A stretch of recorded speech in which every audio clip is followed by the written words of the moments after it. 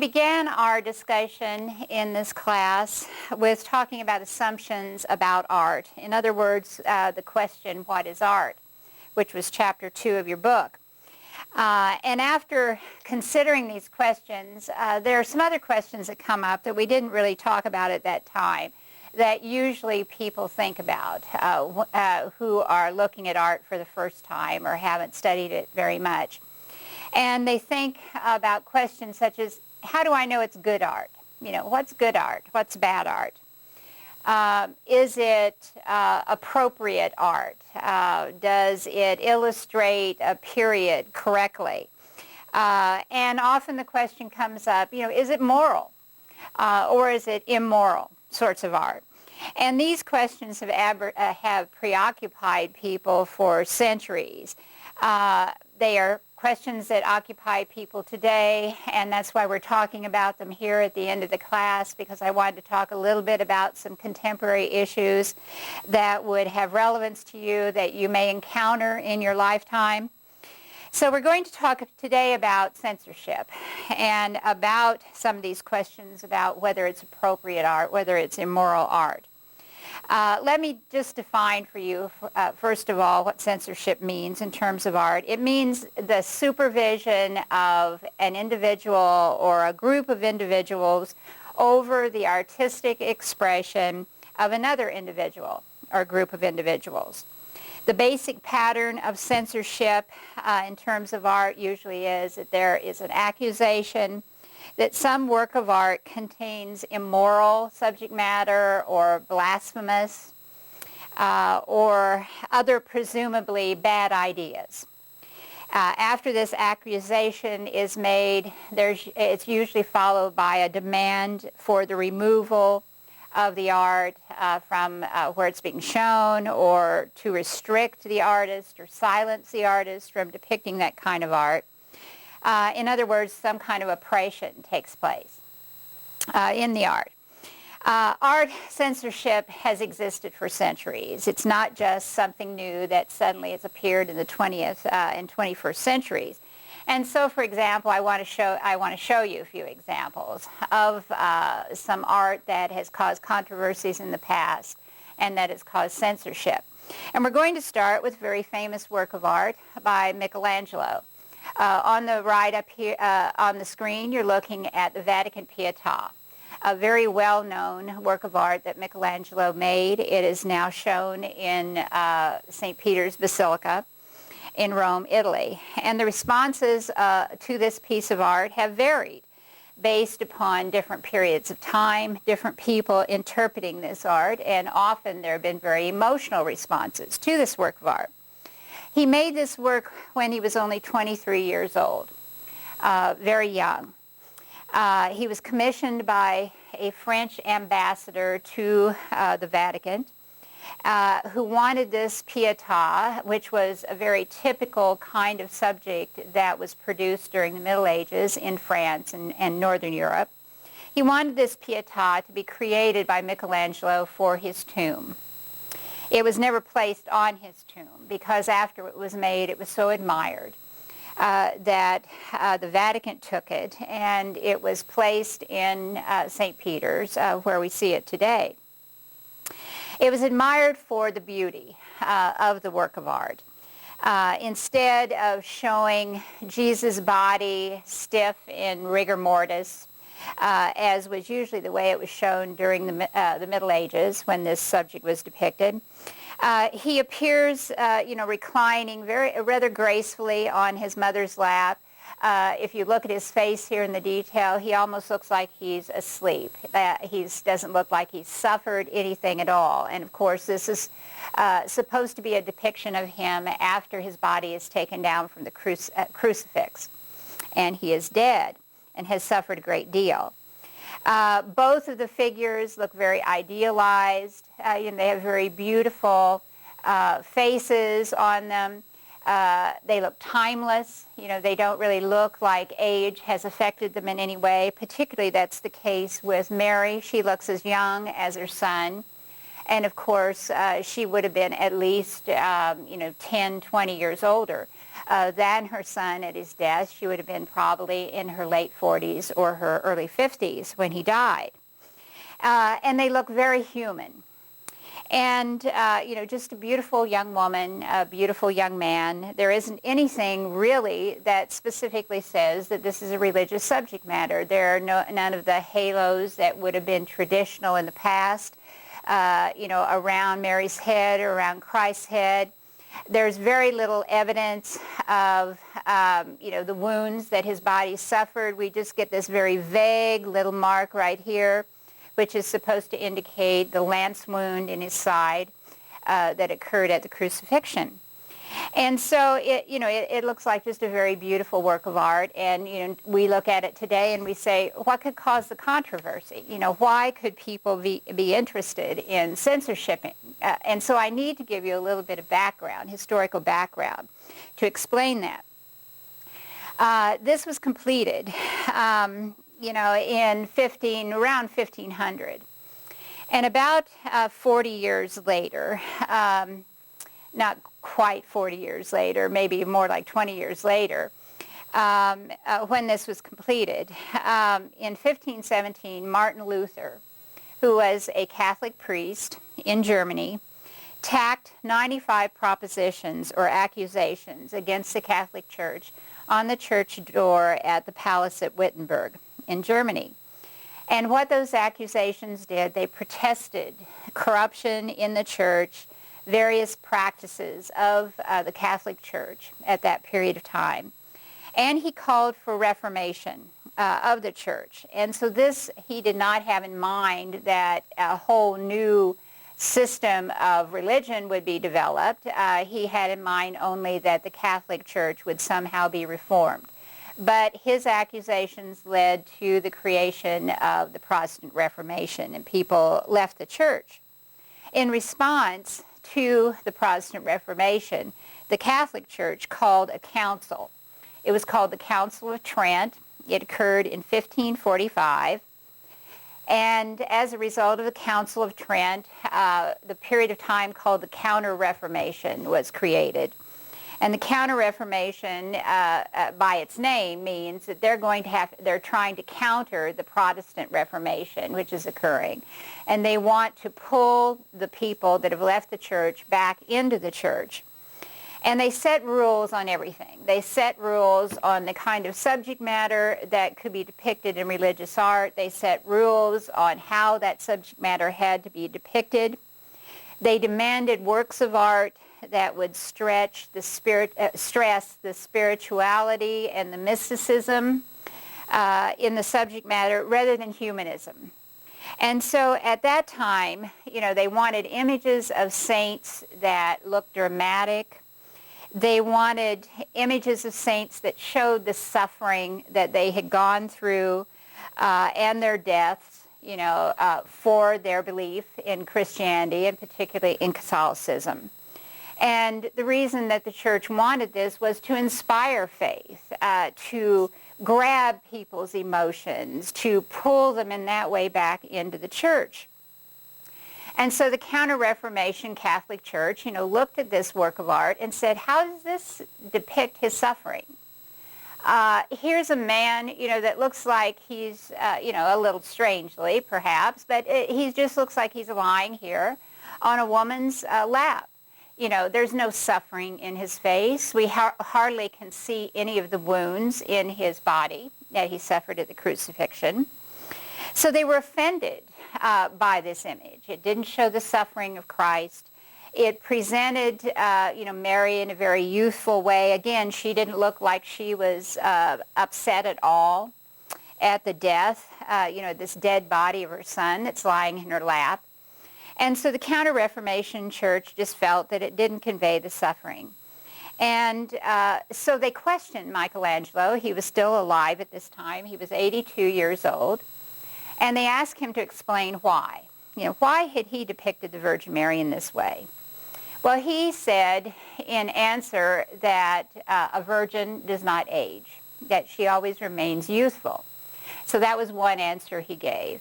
We also think that what he was trying to do in this image was to create a universal sort of image. This, Mary is often thought of as being a symbol for the church. And many of the churches in the Middle Ages, particularly during the Gothic period of time, were named for her. They're called Notre Dame, which means Our Lady in French. And so, he was creating an image of what he thought was a church that never aged, that whose truths that were taught were good for any age, any century. And so he thought this was the perfect symbol of that sort of image. But the church wasn't convinced, and eventually they removed this sculpture from public view, and they put it into the vaults of the Vatican. And it wasn't seen for a number of years. But times changed, and once again it was brought out.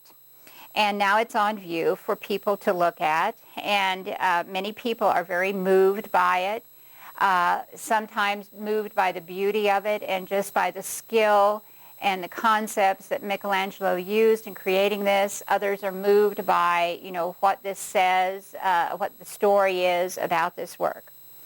In 1972, it was attacked again by a man who was probably mentally ill from Australia, who broke the Virgin Mary's left arm at the elbow and cut a chunk out of her nose and chipped an eyelid. The church at that time, the Vatican at that time, took the pieces that he broke off of this image and carefully reconstructed them.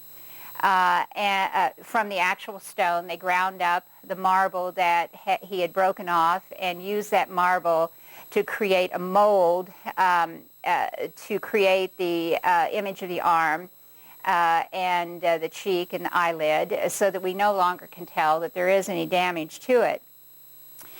He did this while screaming at the top of his lungs, "I am Jesus Christ, I'm risen from the dead."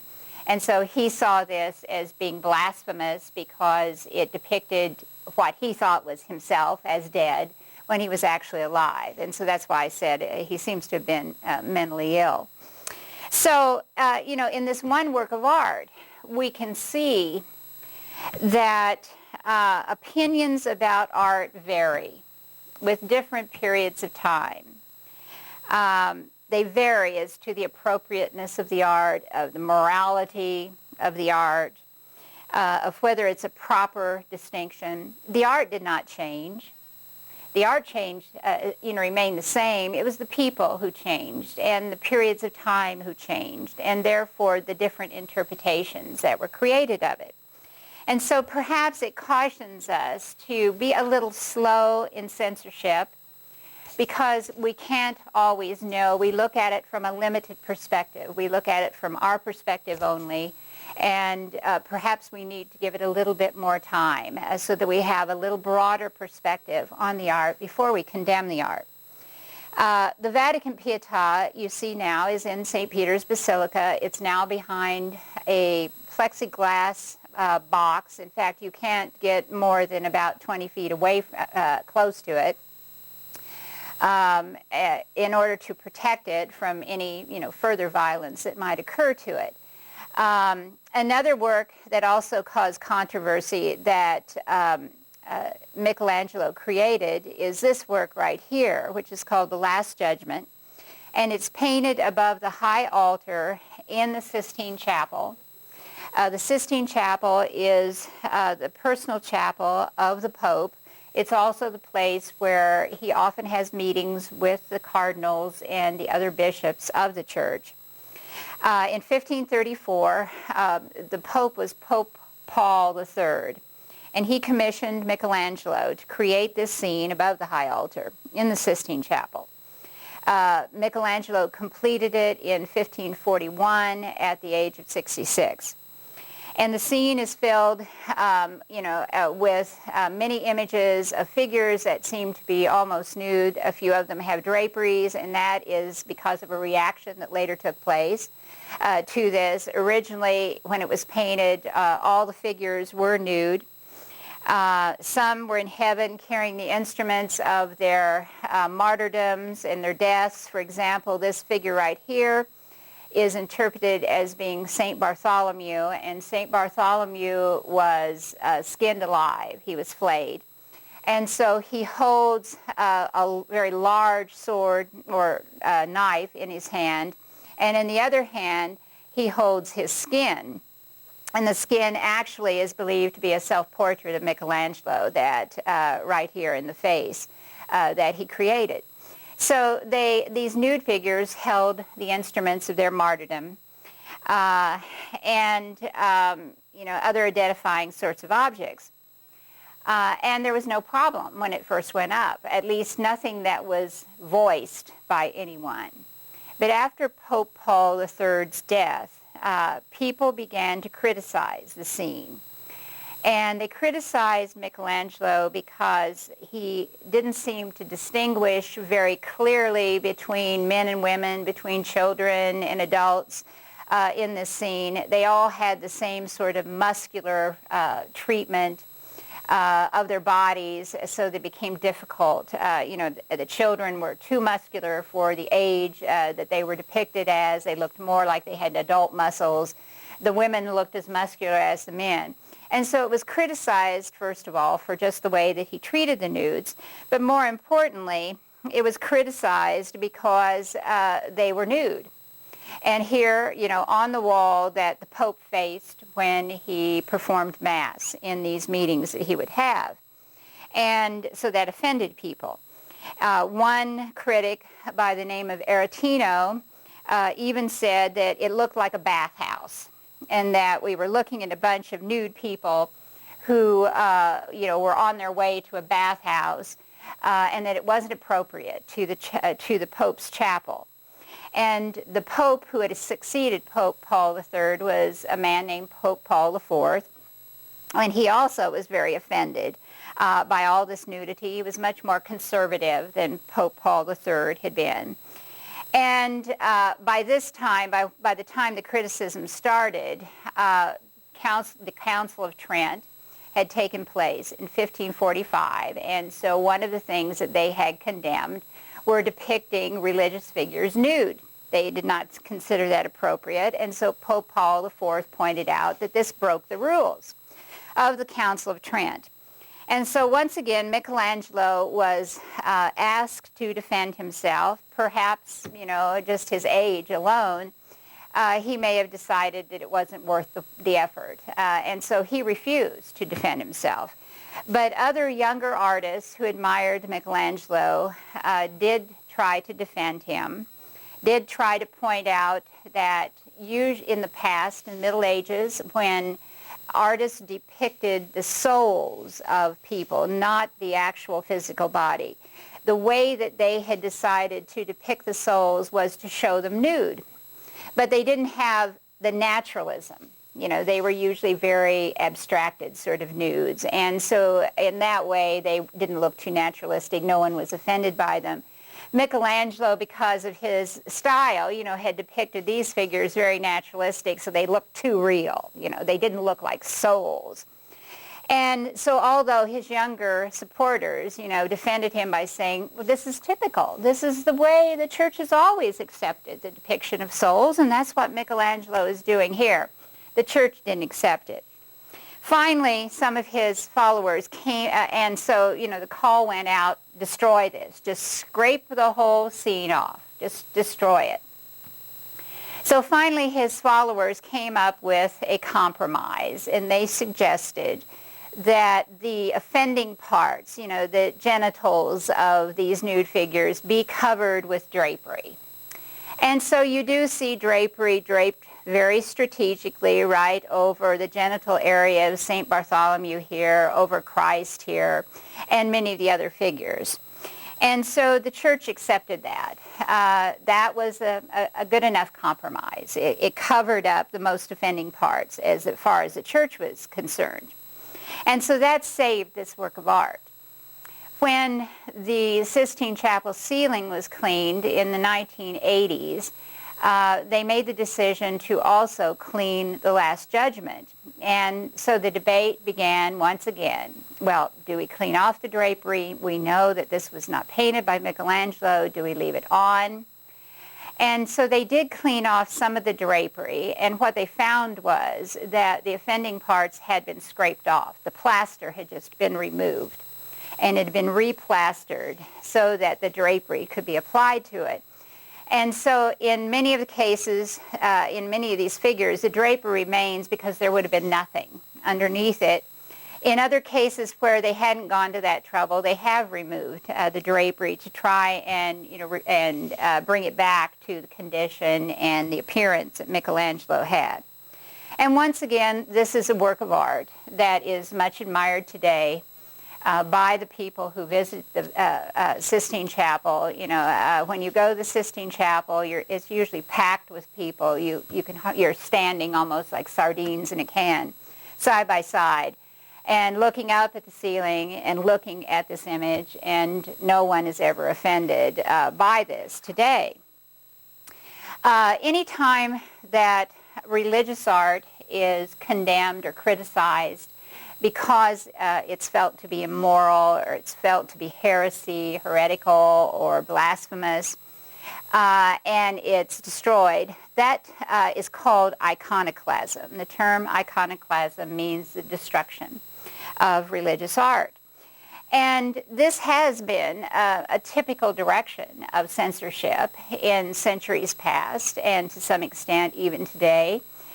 Just to give you a few examples of it, during the 6th to the 8th century in the Eastern Empire, which was called the Byzantine Empire, the area that is Turkey, Greece, that area, at that time was Christian, not Muslim, which it is today. There was a period of time when religious images were not allowed. And so that was really one of the first times that iconoclasm, at least Christian iconoclasm, took place. Images like this, which shows the Virgin Mary and the Christ child, and then saints on either side. This is St. Theodore here. This is St. George on this side. And then the angels are up at the top. Images like this were painted on small wooden panels called icons, which gives the name to iconoclasm. And the icons had become very powerful in the Byzantine Empire.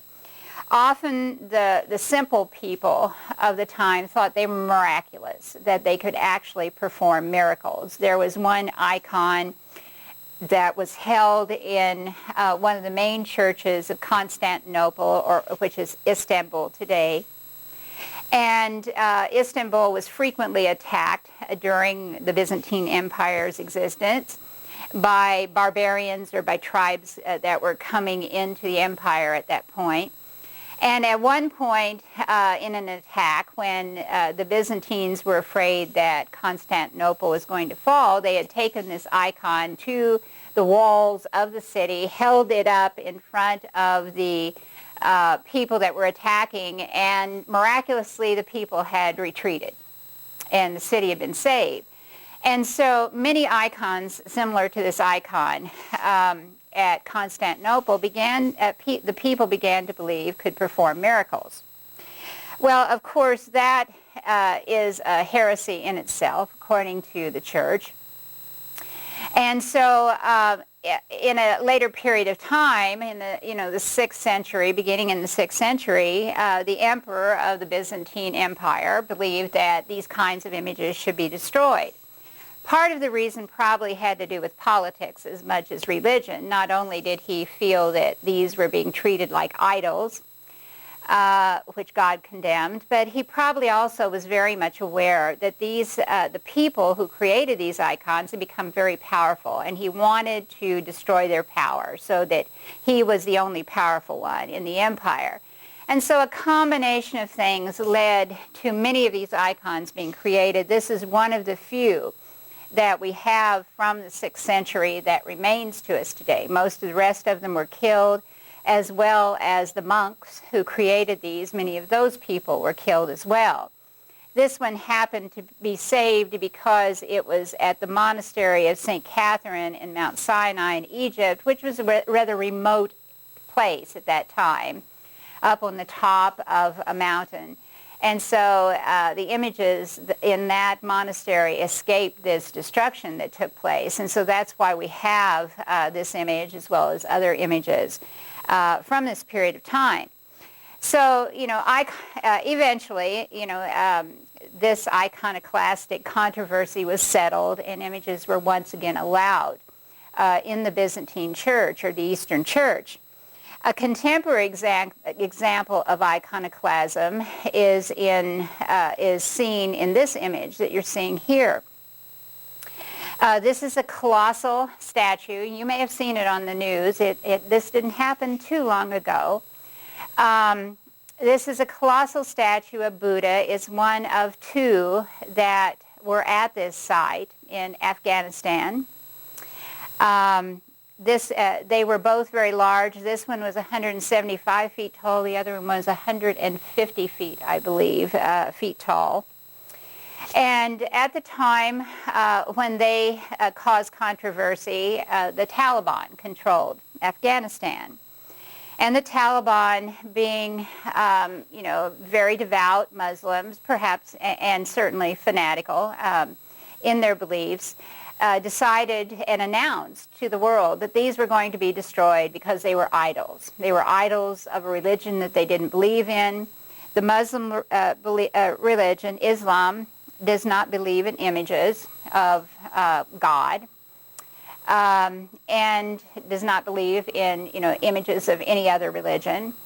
And so the Taliban decided these had to be destroyed, that these might affect the people in an adverse way, to lead them away from Islam.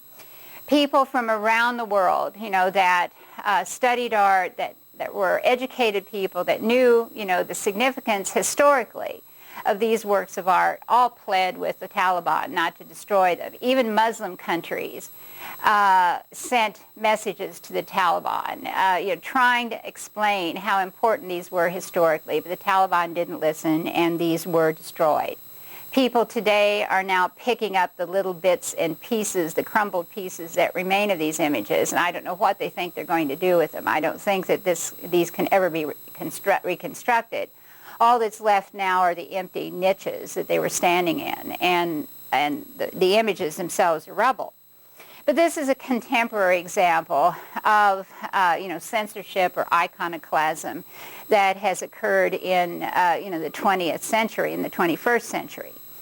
Not only does censorship affect religious images, it does reflect or affect other kinds of images as well. And this is a good example of it. In the 19th century in Europe, there were state-sponsored shows of art. In France, they were called salons, and the juries were usually state-controlled juries. The artists that were on these juries that picked the works of art for the salons, were artists that practiced the official governmental style of art at that time. And so in 1963, a jury took place that condemned over 4,000 pieces of art, including this piece that you see right here by an artist that nowadays is a very famous artist. He's often called the father of modern art. His name was Edouard Manet. And this work of art is called Le Déjeuner sous l'herbe. Translated loosely, it means luncheon on the grass.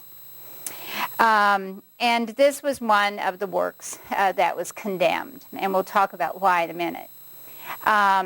So many works of art by so many artists were condemned by this particularly rigid jury that chose works for this year's salon, that a public outcry, from supporters of these artists went out and became so loud that the ruler at that time of France, Napoleon III, decided to let these rejected works be shown in another exhibit, not the official exhibit that was going to take place.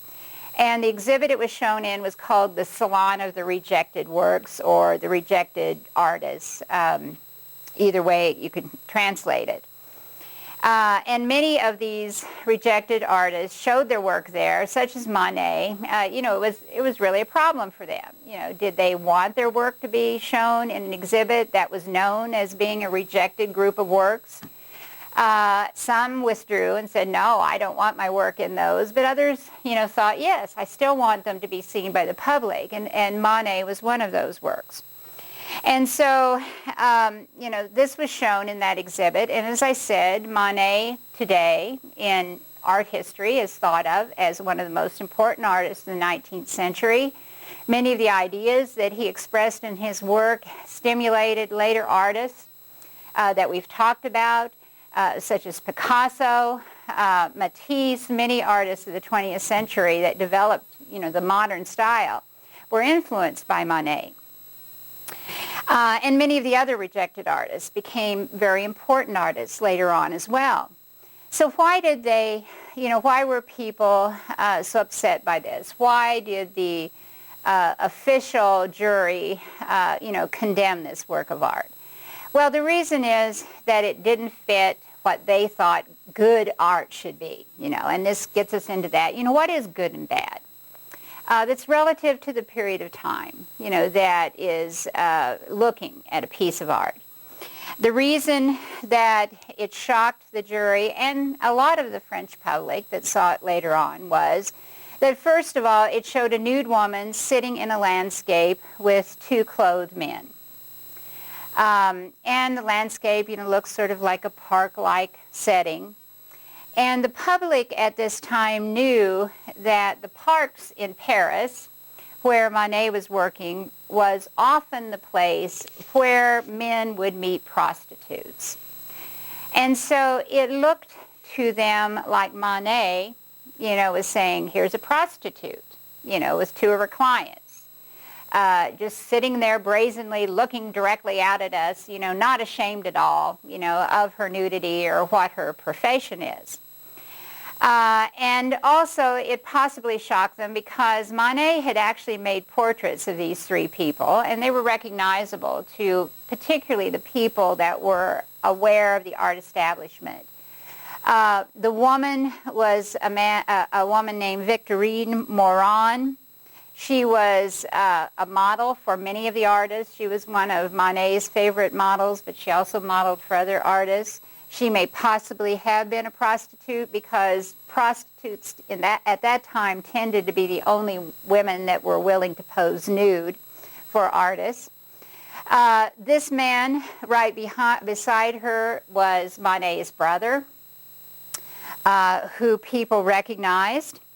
And his brother's name was Gustave Monet. And then the man over here on this side was a well-known sculptor at that period of time. So not only, were there two clothed men and a nude woman, but they could recognize these people.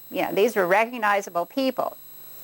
His defenders said that Monet had chosen this subject because he wanted to modernize a very old subject from the Renaissance period that you see here on the left. And again, we do see two nude women in this case with two clothed men here. And Monet had made the statement at one point that what he would like to do is modernize this subject matter and, make it contemporary. And so his defenders said, that's all he's doing, so what's wrong with that? Well, of course, the people who were criticizing this work said, well, in the first place, we don't know any of these people. And actually, probably the women were not meant to be recognizable people that Giorgione, who's the artist of this work, had painted. These women are probably supposed to be sort of idealized, universal symbols. And what they're probably supposed to be are symbols of music. They're sort of muses. Muses that inspire this man with this lute here that he's playing, that inspire him to make beautiful music. So, the people knew that these were supposed to be interpreted as not actually there. These women weren't there. They were just the inspiration in these men's minds. Well, there was no way you could get away from the fact that this was a woman that was really there. She was recognizable. And so they said, no, that's not a good enough excuse for us for why, he's decided to paint, this nude woman with these two women, with these two clothed men. So, one critic, just to mention a quote that one critic said, he said, "It looks like promiscuous young people in a park." So he was really thinking in terms of recognizable people and a very contemporary sort of event taking place. Another thing that was criticized about this was the way that Monet had painted it. I want to go back so that we're looking just at the one work here for a minute. He had really reduced the values. We've talked about values being the lightness and the darkness of the colors that are used in a work of art. And in the Renaissance period, there was a gradual change from, a shadowed area to a highlighted area. And here, we don't really see that gradual change. Monet goes from a very black, almost outline sort of effect on this arm and this breast here to a sudden, almost like a flash bulb effect in the flesh. And so there isn't that gradual change. And so, the critics of the state-sponsored Academy of Art looked at this and said, he doesn't know how to do modeling. He doesn't know how to use lights correctly. So they considered him unskilled. Also, there's a problem with the perspective, that we seem to be sort of moving back in this direction, sort of on a diagonal in this area, and this area doesn't really relate very well to this area over here. And so they saw a number of formal problems that seemed to suggest that Monet didn't know how to paint correctly for them, in their style. And so he was criticized for that. And so as a result, this was censored and and was rejected from the official academy and was shown only in that academy or that salon of rejected works. But as I said, he became, very important for the future because he showed artists that art could be contemporary. It didn't always have to depict, subjects from the past or, religious sorts of subjects or Greek mythological sort of subjects. It could be about actual people living and breathing, at the period of time. He was also saying there's no reason that you always have to paint in exactly the way that your fathers painted or your grandfathers painted. Maybe there's something new we can do in the way that we paint objects. And so he became very important for the 20th century. And that brings us to a contemporary example of art from the 20th century, again, where it's a case of individuals' interpretation of art and misunderstanding of the art sometimes that has caused censorship. In October 1927, there was a court case called Constantine Brancusi, who is the artist who created this work of art that we're seeing here, Bird in Space. We've looked at it before in this class. The court case was Constantine Brancusi versus the United States. And it took place in the U.S. Customs Court, the 3rd Division. And it was it's an example of the conflict between, conservative views of art and progressive views of art. Why it occurred was that a photographer by the name of Edward Steichen, a very well-known photographer in the early 20th century, had made a visit to France. And while he was there, he had purchased a bronze version that you're seeing here of the Bird in Space that Brancusi had created. And in 1926, he sent this back to the United States. And he didn't think he would have to pay duty, any customs duty on it, because the United States didn't charge customs duty or taxes on works of art. But the customs official who looked at this said, this isn't a work of art.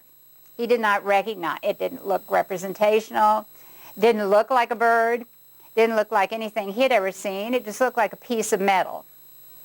And so he classified this under the category of kitchen utensils and hospital supplies and charged Steichen $600.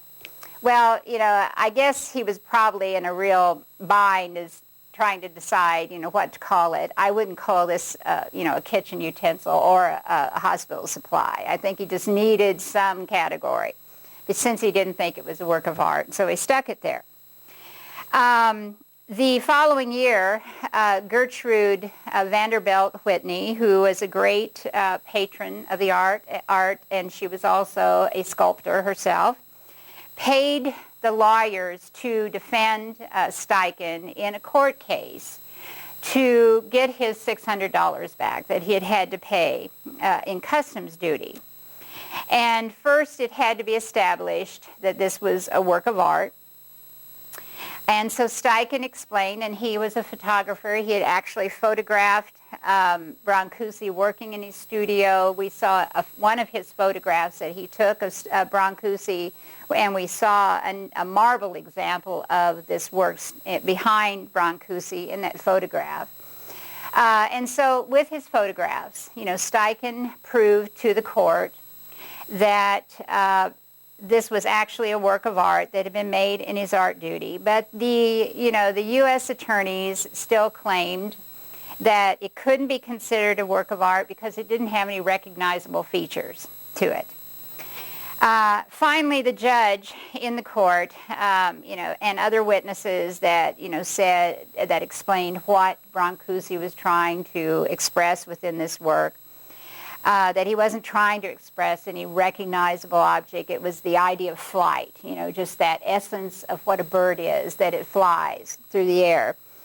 Eventually, the judge made the decision that he didn't know of any law that said that an object that was considered art had to depict a representational object. It didn't have to depict, he didn't know a law that said art must depict a human figure or something else recognizable in nature. And so in the end, the judge ruled that this was a work of art, that it had symmetry, it had beauty, that was pleasing to look at, that it had all the elements of a work of art. And so Steichen won the case and was refunded his $600 that he had to pay for this. Another example of a 20th century censorship that took place happened in the 1930s. Here you're seeing a photograph of an exhibit that took place. It was called the Great German Art Exhibit, and that was a sarcastic title that was given to this art exhibit that took place. In 1937, the Nazis decided or declared that modern art was degenerate, it was deviant.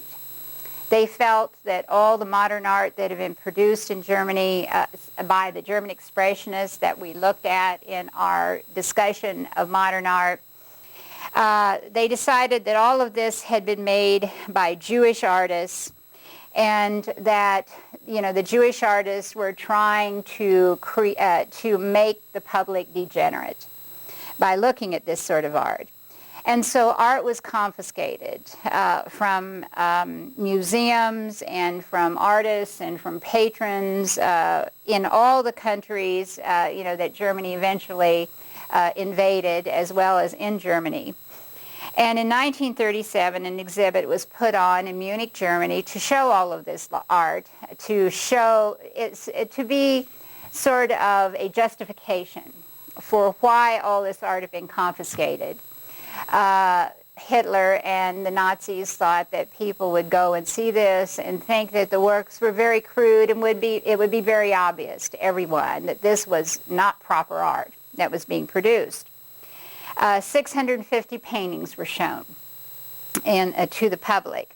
And there was a pamphlet, that accompanied this exhibit that really explained, in words, in detail, in case anybody missed the point of why this art was being condemned. They did the same thing to theater productions, plays that were written, music, films, books.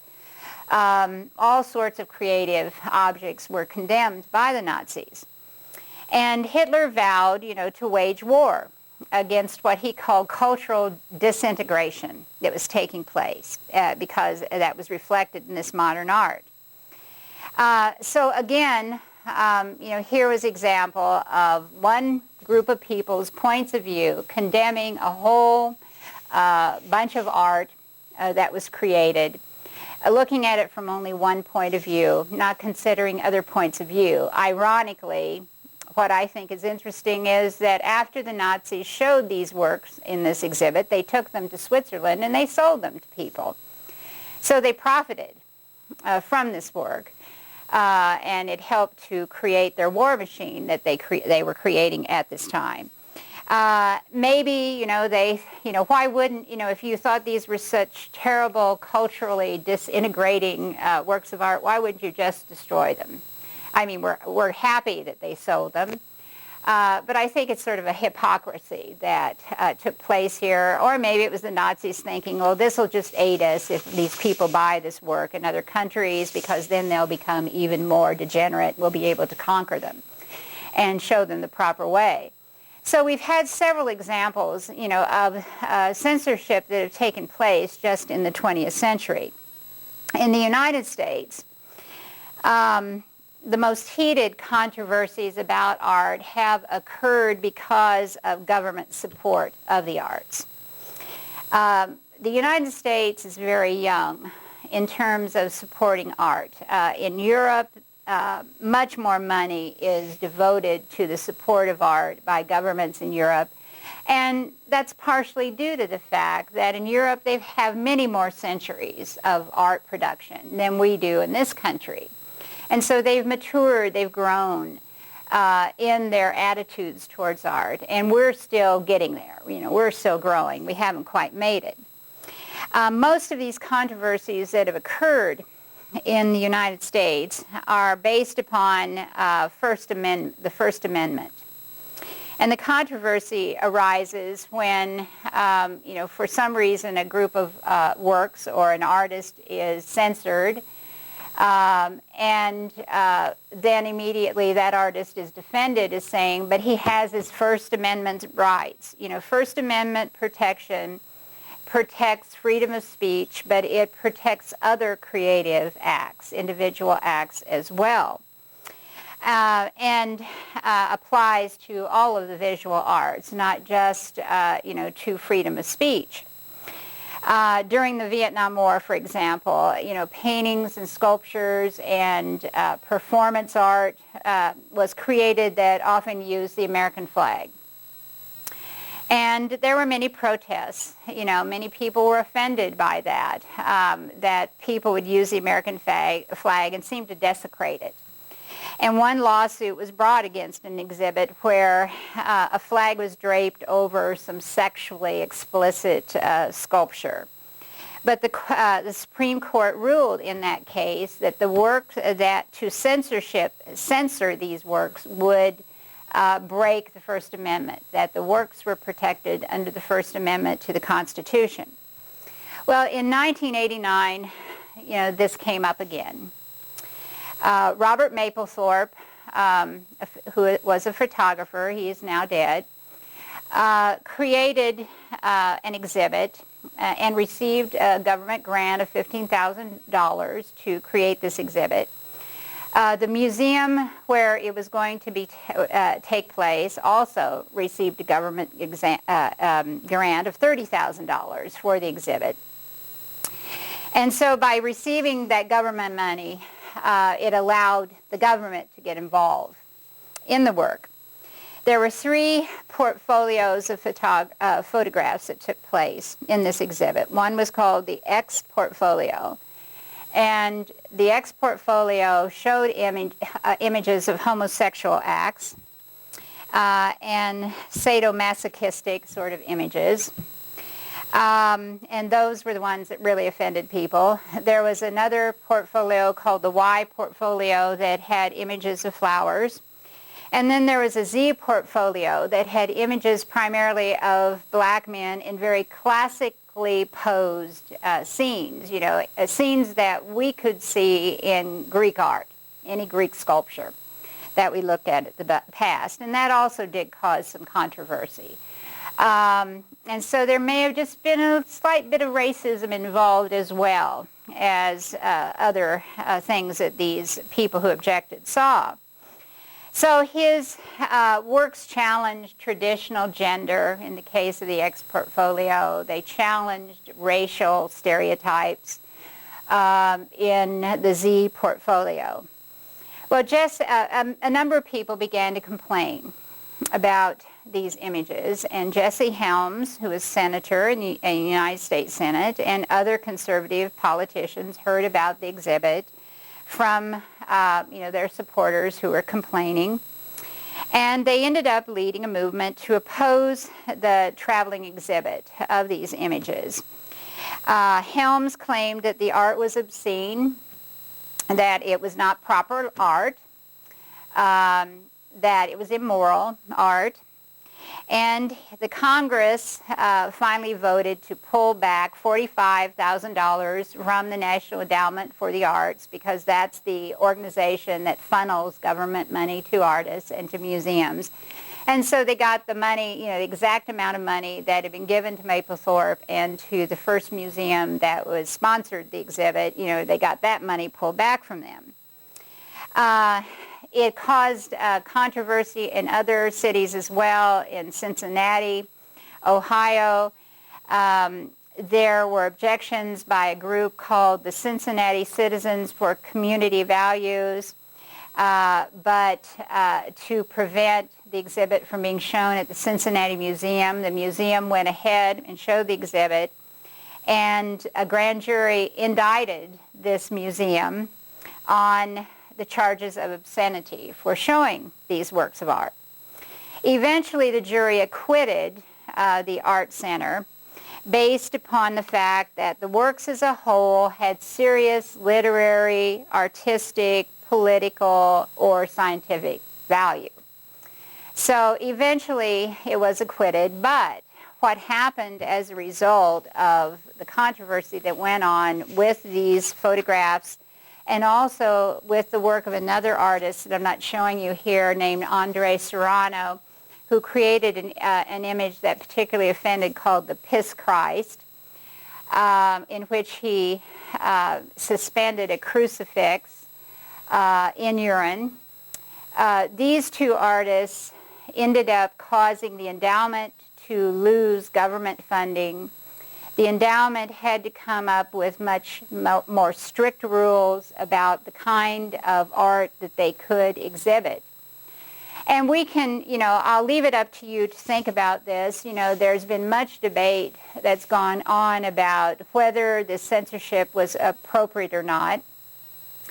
I personally don't believe that the censorship is appropriate. I believe that Mapplethorpe was making very important statements about our culture at that period of time. He was confronting stereotypes and treatment of individuals, and he was trying to say, let's look at them objectively. Let's look at them in another way. I don't like all of the art that he created. But I think where there may be some validity is the idea of government funding. We don't create a government here just based upon majority rule. We do consider minority opinions and ideas. And so just because a vocal minority considered these to be offensive and could cause the in effect of government funding, to me is wrong. But maybe for many artists, what they decided was, we need to make our art without government funding. And I think, maybe that is the proper response to this, to say that if you know that there's something that offends the public, who gives the taxes to cause this government funding, then maybe you should refuse it. Go ahead and create it. You have every right to do that. But maybe you shouldn't take the government funding. I don't know. It's a big controversy. It sort of has disappeared today. We don't hear as much talk about the controversy as we did in the 1980s and the 90s. but you know, it is something to consider, and is certainly relevant to what you're going to encounter in your everyday life, particularly if you support the arts in any way.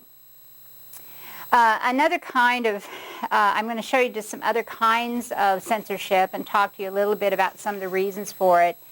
There's also what's called curatorial censorship, which is not necessarily government censorship. Sometimes, you know, curators of museums make decisions not to show certain works of art, based upon perhaps what they know the response is going to be from the public, based upon their own personal beliefs and interpretations of things. And again, they are sometimes not as objective as perhaps they ought to be. And this is one example of that. Benita Carr created an exhibit. This was for her graduate thesis when she was graduating from Georgia State University. And in this, she created photographic images that were meant to address some of the stereotypes of women in the society, and also was meant to address some of the backlash that had occurred against feminists and feminism in society in the 1990s. And so here you see a woman who seems to have some sort of mask on her face, who seems to have her arms tied behind her back. The curator of the exhibit that put this up found this offensive. But he had also been pressured by the tenants in the building where this exhibit was being shown to take this exhibit down.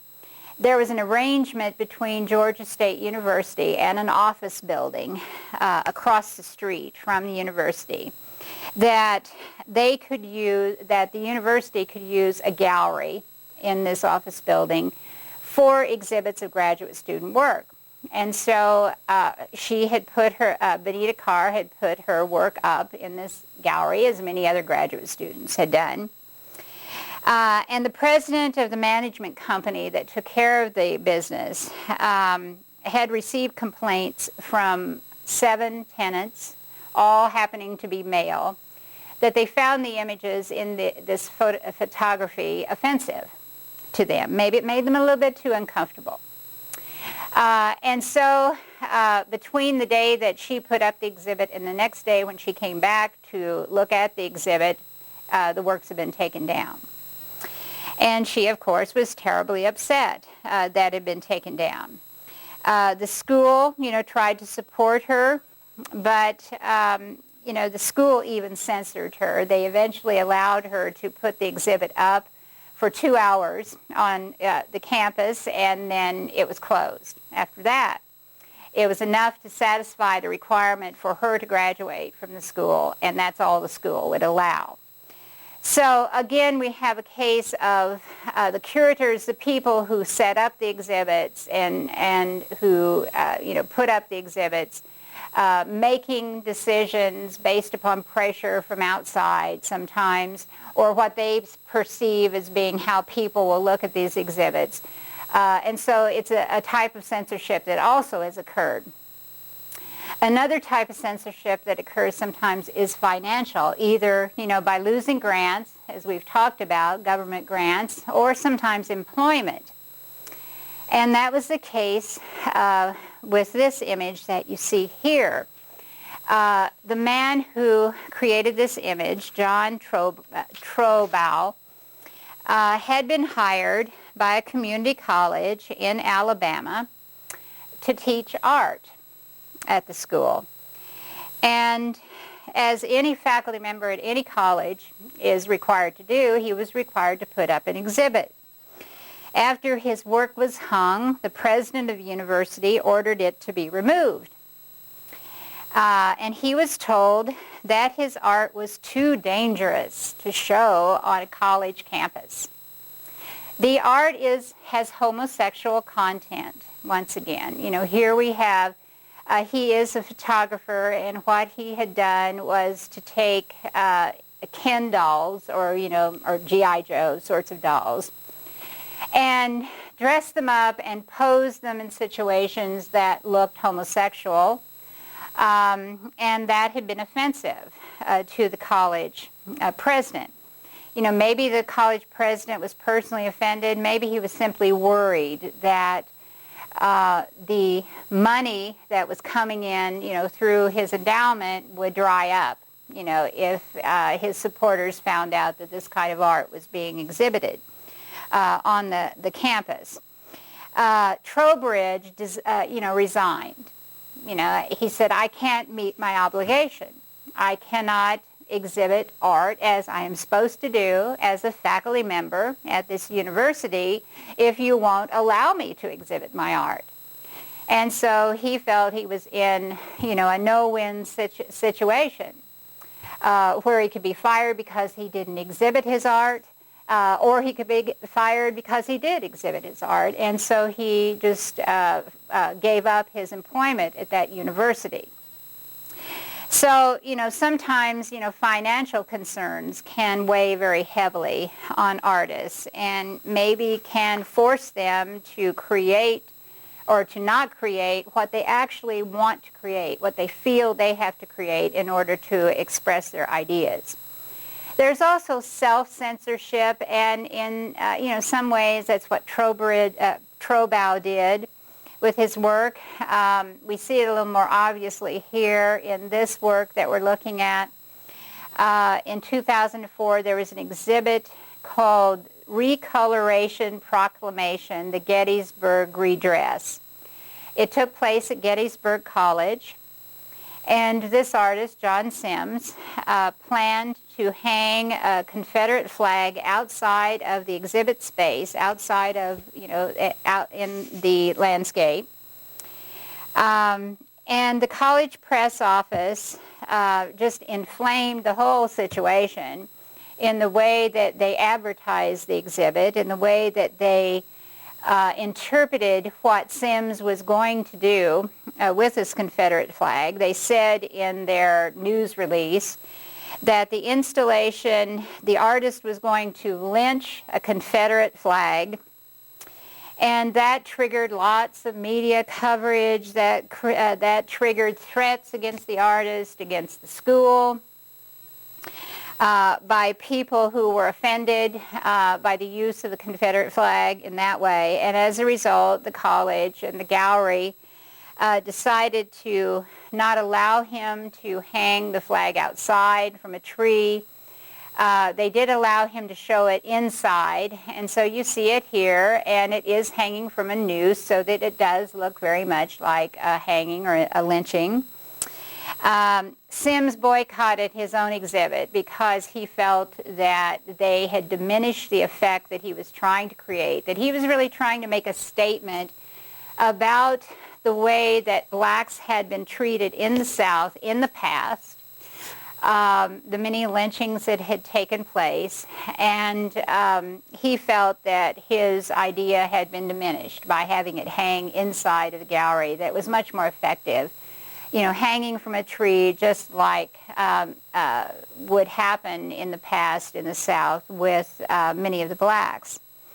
And so he thought by, sort of self-censoring himself and objecting to this himself, that he asserted some control over the work and brought to, people's attention that what the message was that he was trying to get across, and that it had somehow been diminished by being censored and hung inside.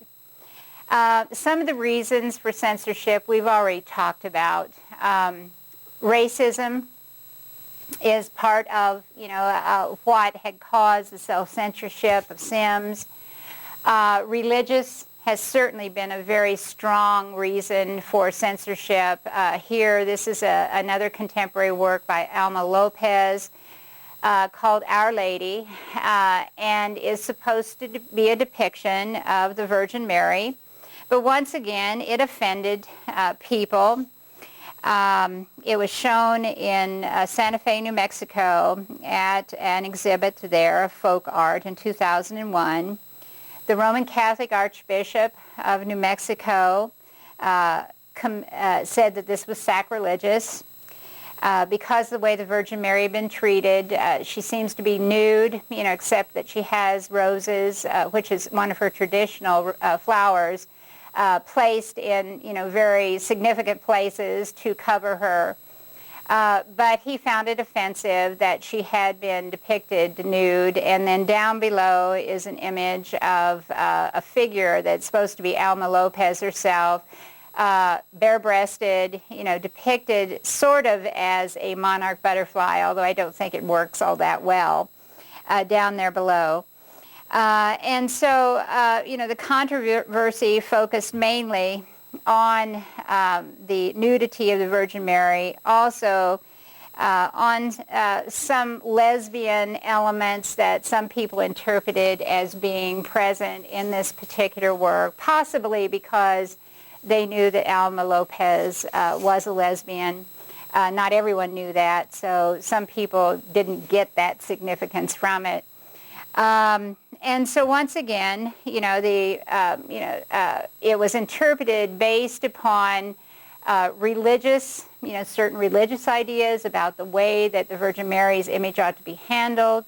There was certainly, some other prejudice there with the lesbianism that was being depicted. She herself had said that she depicted this. This is supposed to represent the Lady of Guadalupe, which is a very important image of the Virgin for Hispanic people. And that, she had interpreted as to show the experience of many Hispanic or Chicana women and their fight against feminism. Other reasons have been political. As I mentioned, during the Vietnam War, there was a lot of problem with using the American flag. The Vietnam War was so controversial. There was such a division in this country between young people who were protesting it and older, more conservative people who were supporting it because that's what you always did. You supported your government. And so politics, nationalism, patriotism have often been elements that have also brought about censorship, have led to censorship. This particular exhibit that you see here took place in Colorado, Lakewood, Colorado. In 2005, the city council removed one stone from the installation that you see here because they found it offensive. They felt that it was anti-American and anti-military. The labels are just indicative of, different approaches towards patriotism and nationalism. It wasn't meant to be specifically anti-American or anti-patriotic at all. Most of the sayings were historical. They weren't contemporary. They were sayings that had been taken from the past by, people from centuries before. And so it didn't have any necessarily contemporary relevance, except that the people at the time in Lakewood, Colorado took it in that way as having relevance to, contemporary ideas. And so it was meant to just encourage people to re-examine their feelings about their patriotism. And the artist really meant that it was supposed to inspire greater patriotism because you did not just simply accept it as something that's always there. My father believed this, so I believe this. But you really thought it out. You really figured it all out. But again, a group of people found it very offensive. Sexual exploitation and cultural taboos has also been a reason for censorship. Fair use and intellectual property rights, copyrights. This artist used Barbie dolls. And so the company who created Barbie dolls, Mattel, was offended by the way he treated the Barbie dolls and said that he broke it was an infringement on their copyright for him to use Barbie dolls in his exhibit. He was trying to say that what he did was he would stage the Barbie dolls in various sorts of situations, such as you see here. This is inside an old-fashioned rotisserie by Kenmore, and Barbie is attached to the rotisserie so he could turn it round and around. And the artist said, his work, that his photographs were intended to be critiques on the ideals of feminine beauty, that the Barbie doll stood for this ideal, that this was, a toy that Mattel made that little girls played with, and so the little girls got this screwed up idea about what beauty was, and they all wanted to be these blonde, very thin, very idealized, sort of beautiful images when they grew up. And it was all because of the Barbie dolls, according to him, that the children had played with. So Mattel, sued him. Mattel tried to intimidate and to pressure witnesses, curators from the San Francisco Museum of Art who testified in the Guggenheim Museum of Art, to withdraw from their defense of the artist. But eventually the district court of Los Angeles found in favor of the artist, and the court ruled that an artist was not infringing on Mattel's copyrights because he was using the works in another way. He was not creating an image of Barbie and then trying to sell it commercially as a doll. So he was not in that way infringing on the copyright of Mattel, that he was using it as a parody and to make a statement about certain things that he saw in society. So this has been another reason that censorship has sometimes occurred in our century. And then sometimes, other things, choices of medium, the audience that's going to see a work, or the timing. And that's particularly the case with this work that you see here. This is called Tumbling Woman by Eric Fitchell, and it was created in 2002. And it was intended as a memorial. He had in mind that he was creating his reaction to September 11th, 2001. This was a memorial to the people that had jumped from the Twin Towers in order to try and escape from the fire that was occurring. But people complained that the artist's work was too painful, that it was too explicit, it was too close to the period of time, and that there needed to be some time between the actual event that occurred and artist's reaction and depiction of that event. And so in this case, it was just a case of the timing was really too soon. It was all the events of 9/11 were too fresh in people's minds, and so people found this very painful to look at. Families complained that he was not being sensitive to their emotions and to their feelings. And so it does raise questions about the role of public art, about where does an artist's rights come into conflict with the rights of the public, with the audience that's going to be looking at it. Do artists need, do they have a responsibility to wait for a certain number of years before they present their reactions to an event? Do artists, have to consider the feelings of an audience and, their thoughts and their impressions of artwork? An artist can't get inside everybody's mind. So that's an impossible situation if you're going to expect the artist to be able to figure out how everyone's going to react. And so these are just some of the reasons why censorship has been created and the kind of censorship that has been created, and it will continue, to be something that we'll have to deal with. But perhaps in the future, when you hear about censorship, or maybe you even come very close encountering in an encounter with censorship, I hope that you will think a little bit about what the artist is trying to express within the works, and consider perhaps how maybe some of your personal beliefs and feelings are condemning an artist that not necessarily should be condemned for the kind of art that he's producing, even though you may not appreciate it. Give him the right to express it. You don't have to look at it. You can walk away from it. Give the artist the right to express his ideas within his art. That's it.